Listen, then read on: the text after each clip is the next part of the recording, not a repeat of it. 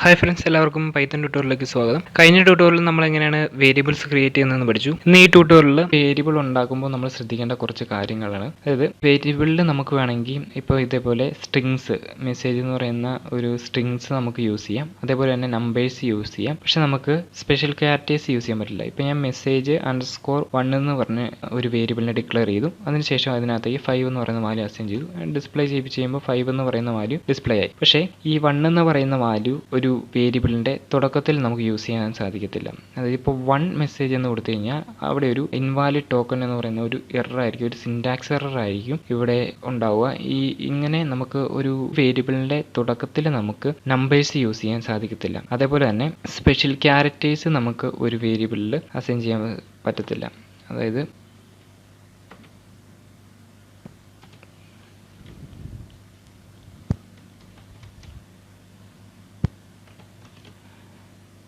ഇവിടെ ഞാൻ special characters use ചെയ്ത് കഴിഞ്ഞപ്പോൾ ഒരു എറർ മെസ്സേജ് ആണ് ഉണ്ടായത്. ഇത് വേരിയബിൾ ആണെന്ന് പ്രോഗ്രാമിന് മനസ്സിലാക്കാൻ സാധിച്ചിട്ടില്ല. അപ്പോൾ നമുക്ക് സ്പെഷ്യൽ ക്യാരക്ടേഴ്സ് ഉപയോഗിച്ചുകൊണ്ട് ഒരു വേരിയബിളിനെ നമുക്ക് ഡിക്ലെയർ ചെയ്യാൻ സാധിക്കത്തില്ല.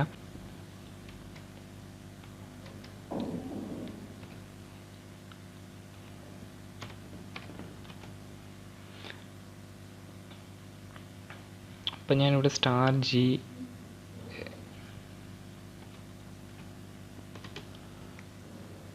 ഇപ്പോൾ ഇവിടെ ഇൻവാലിഡ് സിൻടാക്സ് എന്ന് പറയുന്ന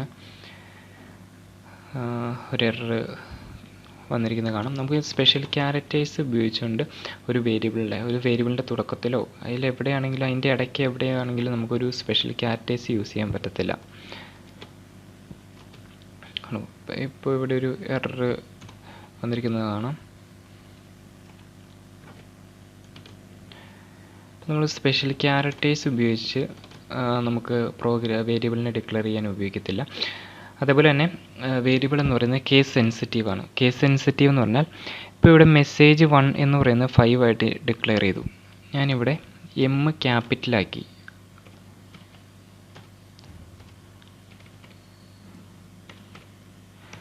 അതിനുശേഷം സെയിം നെയിം തന്നെയാണ് ഞാൻ യൂസ് ചെയ്തിരിക്കുന്നത്. അതിനുശേഷം ഞാൻ മെസ്സേജ് 1 ഈ മെസ്സേജിൽ M ക്യാപിറ്റലാക്കിയതിന് ശേഷം ഇതിന് 10 എന്ന് പറയുന്ന വാല്യൂ അസൈൻ ചെയ്തു. അതിനുശേഷം സ്മോൾ ലെറ്റർ M ആയിട്ടുള്ള ആ വേരിയബിളിൻ്റെ വാല്യൂ ഡിസ്പ്ലേ ചെയ്യുമ്പോൾ നമുക്ക് 5 എന്ന് പറയുന്ന വാല്യൂ കിട്ടും. അതിൻ്റെ താഴെ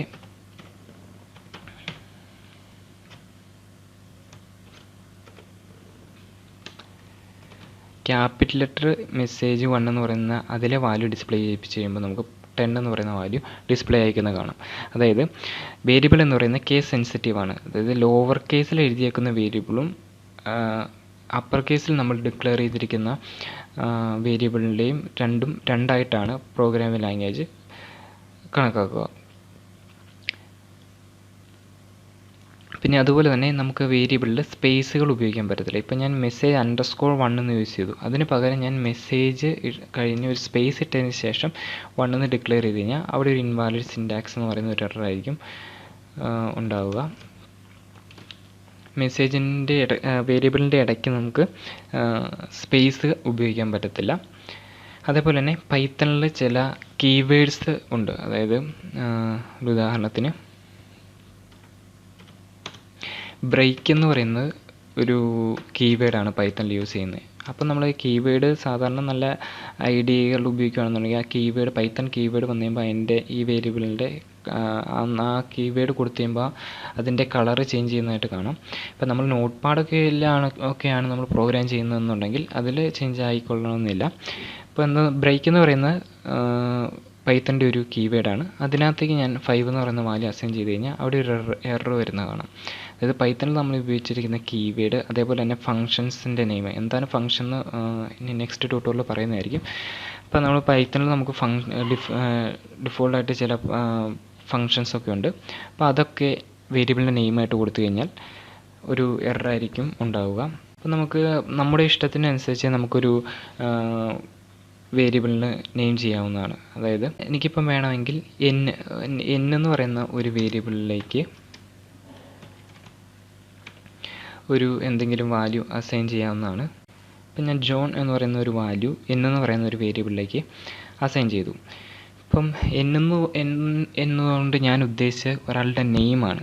അപ്പോൾ നമ്മൾ നെയിമിനെയൊക്കെ ഡിക്ലെയർ ചെയ്യാൻ നേരത്ത് ഈ എൻ എന്ന് പറയുന്നത് കൊടുക്കുന്നേക്കാളും നല്ലത് നെയിം എന്ന് തന്നെ ഇതിന് ഈ വേരിയബിളിന് വാല്യൂ ഡിക്ലെയർ ചെയ്യുന്നതാണ്.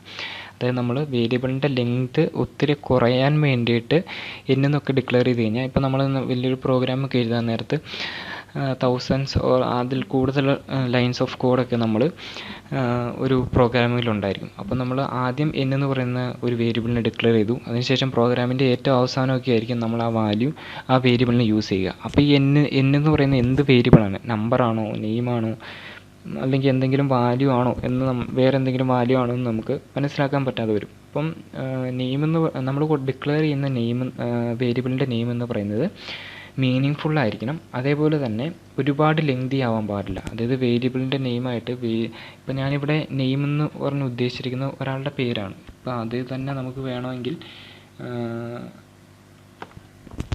Variable name of A person എന്ന് പറഞ്ഞ് വേണമെങ്കിൽ ഡിക്ലെയർ ചെയ്യാം. ഈ നെയിം എന്ന് പറഞ്ഞ് ഡിക്ലെയർ ചെയ്യുന്നതിന് പകരം ഞാൻ variable name of A person എന്ന് പറഞ്ഞ് ഡിക്ലെയർ ചെയ്തു.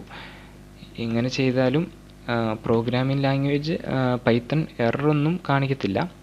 പക്ഷേ ഇത്തരം ലെങ്തി ആയിട്ടുള്ള ഒരു പേര് നമ്മൾ വേരിയബിളിനെ ഡിക്ലെയർ ചെയ്യേണ്ട ആവശ്യമില്ല.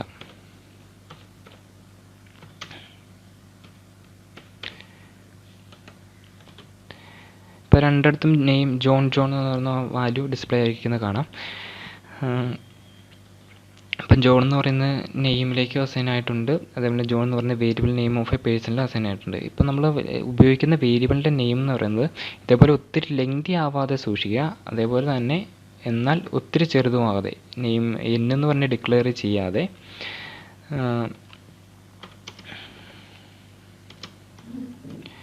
കുറച്ച് മീനിങ് ഫുൾ ആയിട്ടുള്ള ഒരു വേരിയബിൾ ഡിക്ലെയർ ചെയ്യുക, എന്നാൽ ഒരുപാട് ലെങ്തി ആവാതിരിക്കാനും ശ്രദ്ധിക്കുക.